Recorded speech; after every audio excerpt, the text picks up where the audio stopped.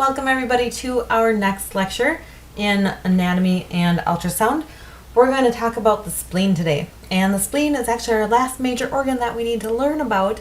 And then we're going to spend a couple weeks on just kind of some catch-all anatomy stuff that we should cover. And then we're going to get into the physiology of all the major organs. So this is the last one. Yay! So let's go ahead and get started with it.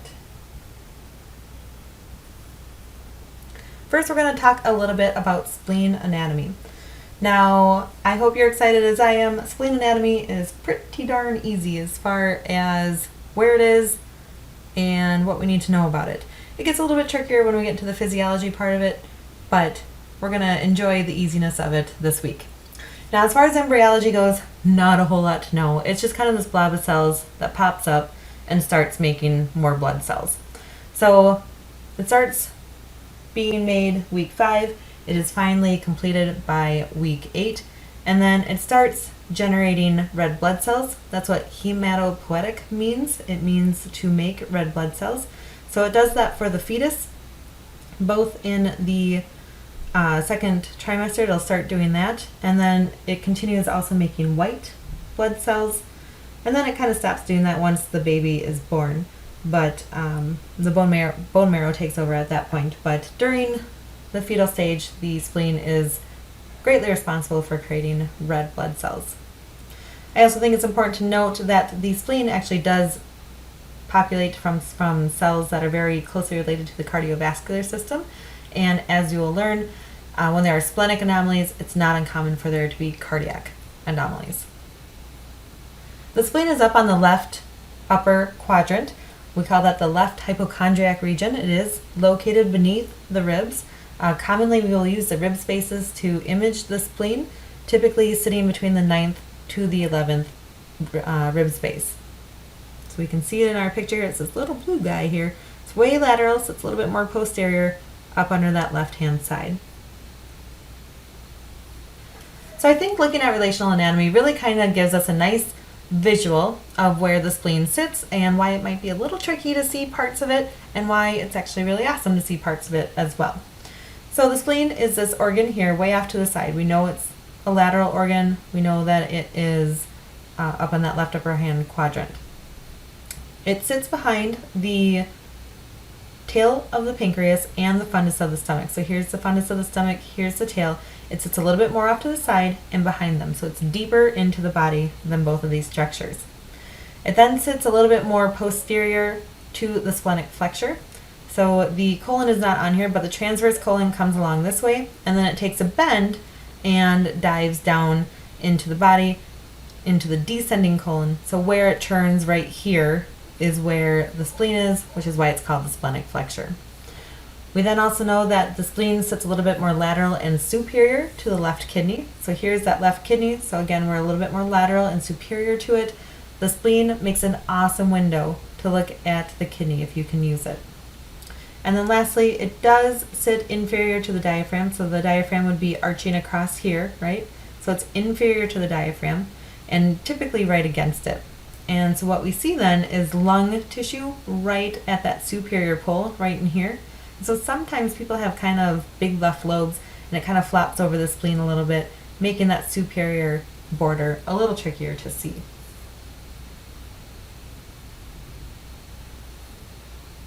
Now there are 3 ligaments that you need to know that hold the spleen in place. The first one is the lenorenal or the splenorenal ligament. Again, that just attaches the spleen to the left kidney. And then we have the gastrosplenic ligament, which attaches the spleen to the stomach. And then there's another ligament that kind of runs by the spleen that helps to hold it in place, called the phrenocholic ligament, and that's going to be a ligament that attaches the colon to the diaphragm. Now, as far as the anatomy goes of the spleen, like I said, there isn't a whole lot that you need to know about it.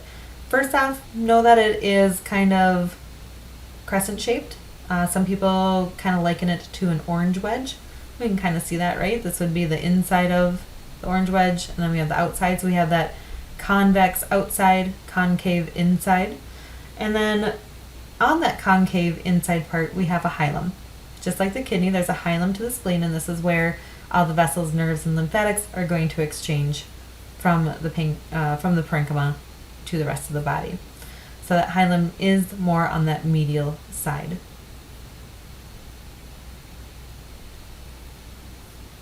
As far as vasculature goes for the spleen, we have the splenic artery.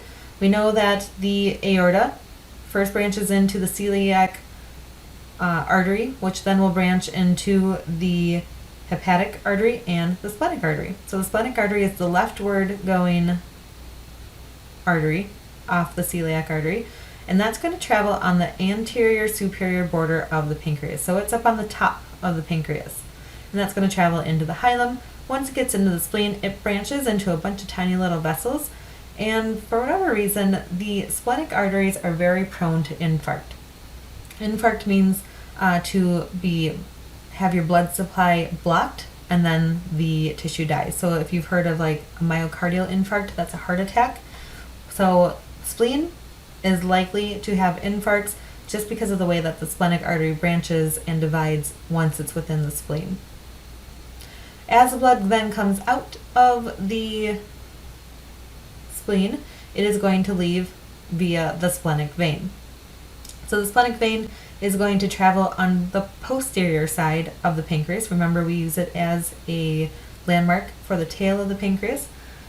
The splenic vein is going to travel on the posterior side, eventually join up with the IMV, or the inferior mesenteric vein, and then they're going to keep going together until they join up with the superior mesenteric vein.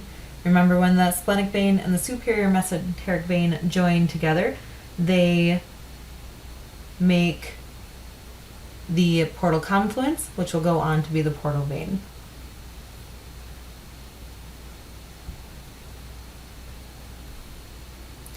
As far as variants go for the spleen, there aren't a whole lot of them, and we can get really far into details, but I don't think that you really need to know them.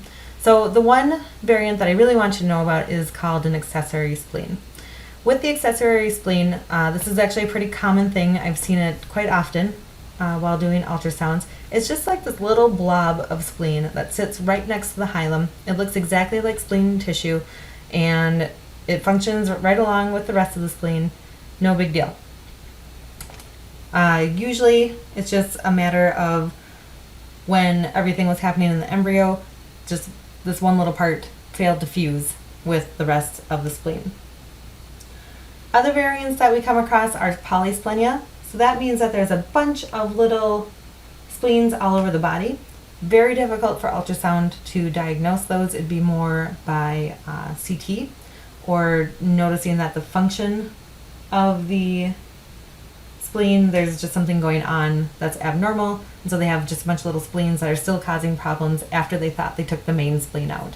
So polysplenia and asplenia are both commonly related to many cardiac issues, so that's mostly what you need to know about those two. Polysplenia and asplenia go along with cardiac and gut abnormalities as well. Asplenia then is the absence of the spleen. You can live without your spleen, so it's not that big of a deal if it is gone. We can also have wandering spleens, which means that those ligaments that hold the spleen in place get a little stretched out, and then the spleen can move to other places. It doesn't usually move away from that left side, but it can be a little bit more into the abdomen, or more inferior into the abdomen than what we would normally expect. And then lastly, it's not really a variant, but it's just something to keep in mind. Displacement of the spleen can occur if there are masses that are pushing the spleen in a different direction, if there is fluid in the lungs that's pushing the spleen in a different direction. So just be aware, if the spleen is not where you expect it to be, then we either need to go find it. If we can't find it, then we're going to think asplenia. If we find it on the left side but displaced, we might want to consider looking for some other masses.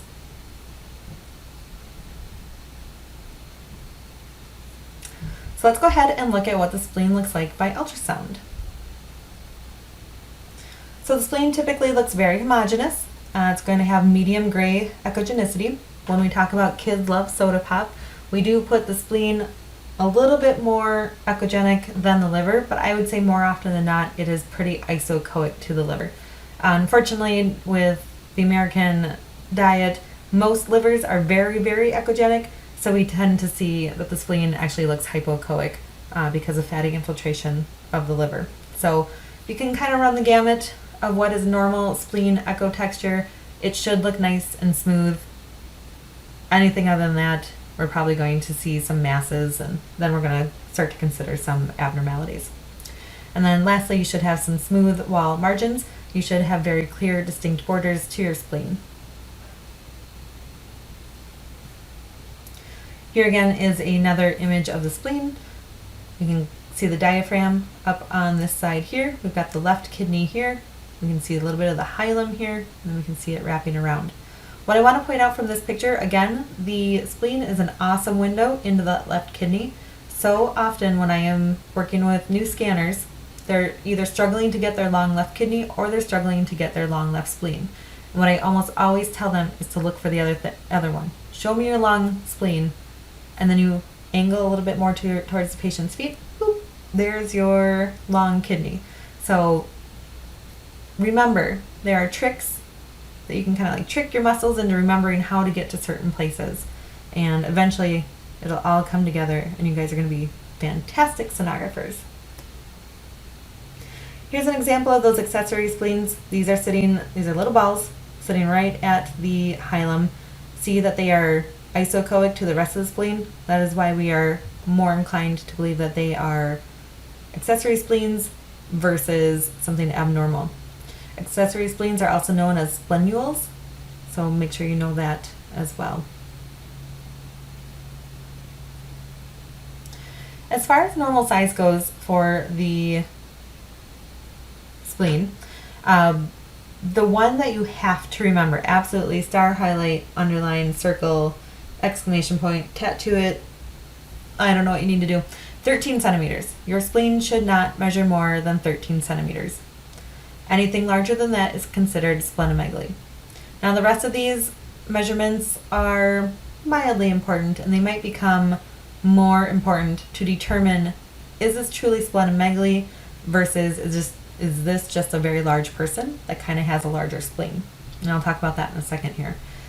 So if you remember nothing else, remember that 13 centimeters is our maximum length for the spleen. And then how we measure the spleen. So we measure length from tip to tip when we are in long, and then we can measure our width from side to side, and then we turn in a transverse view to image either the width again and then the anterior posterior dimension. Now I want to just discuss something here, so I'm going to go to the whiteboard. When we are measuring our spleen, so our picture showed us a picture that kind of looked like this, and then it had it measured from side to side like that, right? So that is kind of how the spleen sits in the body. But remember, we're scanning typically from a rib space over here. So when we look at our pictures, that turns into this.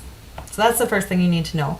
You're going to see a lot of images in your books that put the orientation of the spleen like this, but for the way that we image the spleen, we end up getting this. Because remember, this is now our skin line, our transducers here.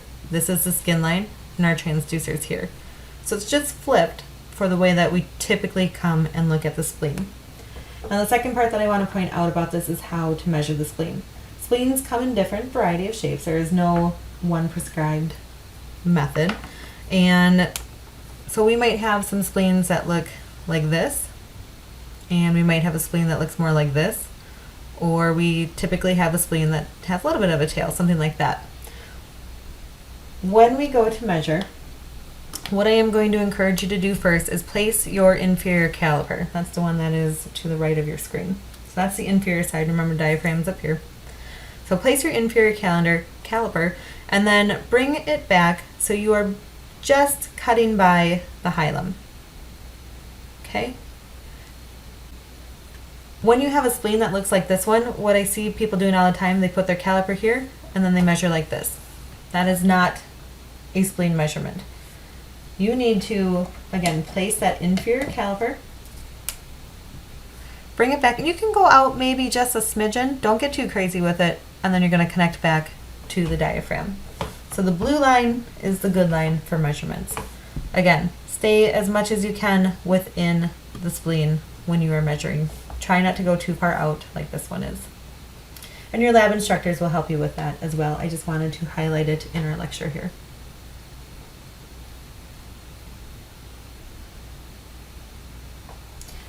As I was mentioning before, we get a lot of pictures that kind of show us the spleen sitting in a different way, and that does not match up with any way that we are looking at our images. So I want to remind you that we typically come from a coronal view on the left side, so that kind of flips everything around for what we expect. So orient yourself to where the inferior part is, the superior part, what's lateral, what's medial, what's anterior, superior, okay? Typically you're going to roll your patient up onto their left side because you do need to get into those rib spaces. I like to come a little bit more towards the back of the rib spaces, or I come super anterior, depending on which window is better.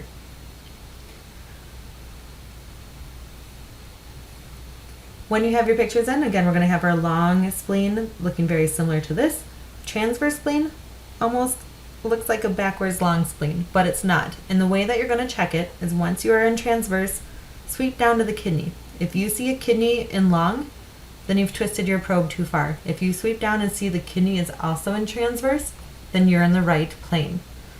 So it does almost look backwards, but that is kind of speaks more to the shape of the spleen versus what you're doing. So again, your lab instructors will kind of help you through this. It is not a 180-degree turn, it's just a 90-degree turn, and you should get this image here from this image. As far as patient prep goes, there isn't really anything that the patient needs to do. Most likely it'll be part of another exam, so they most likely will be NPO. But if they are only coming in for a spleen ultrasound, they do not need to do anything. Transducers that we'll typically use then are going to be on the lower side, matching up with what we use for the rest of the abdomen, which is a 5:1 megahertz curvilinear or vector transducer. And protocol. So when the spleen is ordered as a standalone order, which does not happen very often, we almost only see it in younger adults who have mono, and they want to check the size of the spleen before they okay them to return to like football or contact sports. That is pretty much the only time I've ever scanned just a spleen, is with somebody who knows that they have mono and we're only checking spleen size. Typically, the spleen is involved in an abdomen complete order. So we're going to look at the pancreas, the aorta, the IVC, the liver, gallbladder, ducts, both kidneys, and the spleen. And when we look at the spleen along with all those other organs, all we're doing is getting a long spleen measurement and a long spleen picture. Turn transverse, get your trans spleen, and you're done. So there's literally 2 pictures, one of them with a measurement. And that is the end of spleen. Like I said, very easy little organ to scan and look at, and it just makes everybody feel good because it's easy. Your workbook then will be probably a little bit on the smaller side today because there isn't a whole lot to go along with it, but just be aware of how we measure the spleen. Be very comfortable with the orientation that you're in and why the spleen looks the way it does versus how it actually sits in the body. And be sure you know what is the maximum length of our spleen. Oh, I had mentioned that I would talk about that maximum length a little bit more, so I'm going to do that now. 13 centimeters is the standard. We typically say splenomegaly, anything over 13 centimeters. However, you have petite little 5-foot women who can have up to a 13 centimeter spleen, and that's still okay. And then you have like 6'8" men who technically have splenomegaly if their spleen is over 13 centimeters. But what I like to do is kind of compare what it looks like compared to their kidneys. We know if you're a big, tall person, you probably have big, tall organs. And so if your kidneys are measuring like 14 centimeters, having a 14 centimeter spleen isn't the end of the world. They're pretty well ratioed to one another. If the spleen is pushing 17, 18 centimeters, I might lean a little bit more towards splenomegaly in those larger patients. Obese patients tend to just have larger spleens in general as well. So just because it's over the 13 doesn't necessarily mean that anything is in particular is wrong, but you should always mention splenomegaly if you get a measurement over 13. And then if you think it's more due to the size of the patient, then I always kind of put that note in there as well. So yeah, remember that 13 centimeters is our maximum length, and then remember the ligaments that hold the spleen in place and what sits around the spleen, and you should be good to go.